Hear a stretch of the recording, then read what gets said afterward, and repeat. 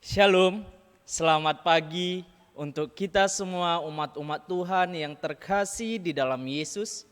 Dimanapun kita berada, biarlah kiranya kasih Tuhan, penyertaan Tuhan menjadi bahagian kita. Kita bersyukur di pagi hari yang indah ini, kita dapat bangun dari tidur kita, menikmati satu hari lebih dekat dengan kedatangan Tuhan, dan kita dapat bersyukur oleh karena nafas kehidupan masih menjadi bahagian kita. Bapak, Ibu, saudara-saudari yang terkasih di dalam Tuhan, mungkin di dalam satu hari yang akan kita lewati ini, banyak kegiatan, banyak aktivitas, maupun banyak hal-hal yang akan kita lakukan di dalam satu hari ini. Namun di pagi hari ini, mengawali semuanya itu, mari kita terlebih dahulu merenungkan firman Tuhan, agar firman Tuhan ini dapat menguatkan kita melewati hari-hari yang terus kita jalani ini. Sebelum kita mendengarkan firman Tuhan, mari kita berdoa. Tuhan di surga, kami bersyukur di pagi hari yang indah ini, Engkau telah membangunkan kami dari jam tidur kami, sehingga kami penuh semangat dan sukacita untuk melalui satu hari bersama dengan Engkau. Namun mengawali itu semua, kami rindu firman Tuhan menguatkan kami, agar kami dapat kuat menjalani kehidupan ini. Terima kasih ya Tuhan, sertai kami. Di dalam nama Yesus kami telah berdoa dan mengucap syukur. Amin. Bapak, Ibu, saudara-saudari yang terkasih di dalam Tuhan, di pagi hari yang indah ini kita akan mendengarkan firman Tuhan dengan judul Allah beserta dengan kita, atau Allah beserta kita. Kita percaya di dalam satu hari ini Tuhan akan menyertai langkah-langkah kaki kita, akan menyertai kehidupan kita, sehingga apapun yang kita lakukan, biarlah kiranya oleh karena kemurahan Tuhan selalu berhasil. Kalau kita membahas firman Tuhan, kita kembali di dalam kitab Keluaran, khususnya di dalam Keluaran pasal yang ke-13. Pasal yang ke-13 ayat 21. Firman Tuhan berkata demikian. Tuhan berjalan di depan mereka pada siang hari dalam tiang awan untuk menuntun mereka di jalan, dan pada waktu malam dalam tiang api untuk menerangi mereka, sehingga mereka dapat berjalan siang dan malam.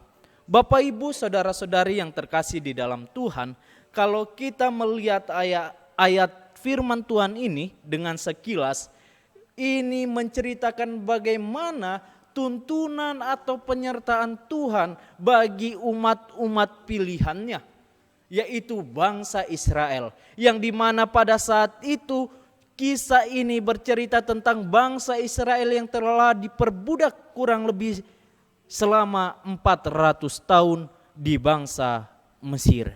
Dan Tuhan ingin bangsa pilihannya ini untuk keluar dari perbudakan, untuk keluar dari penganiayaan Mesir. Sehingga Tuhan berfirman dan memakai hambanya, yaitu Musa, untuk memimpin bangsa Israel ini keluar dari tanah perbudakan, dari tanah Mesir menuju tanah perjanjian, yaitu tanah Kanaan. Dan pada saat Tuhan menyuruh umat-umatnya untuk keluar menuju tanah perjanjian ini, kita tahu bangsa Israel yang dulunya cukup lama diperbudak di bangsa Mesir, mereka akan melewati berbagai rintangan menuju tanah Kanaan. Khususnya di ayat yang ke-18, Keluaran pasal 13 ayat yang ke-18 mengatakan demikian. Tetapi Allah menuntun bangsa itu berputar melalui jalan di padang gurun menuju ke laut Teberau. Dengan siap sedia berperang, berjalanlah orang Israel dari tanah Mesir. Bapak, Ibu, umat-umat Tuhan yang terkasih di dalam Tuhan, menuju tanah perjanjian, mereka akan melalui bangsa Filistin. Dan Tuhan memimpin mereka untuk berputar dan tidak melewati daerah bangsa Filistin. Mengapa demikian? Karena jangan sampai bangsa Israel ini kecewa dan bahkan menghadapi peperangan antara dengan bangsa Filistin. Mengapa Tuhan membiarkan mereka berputar?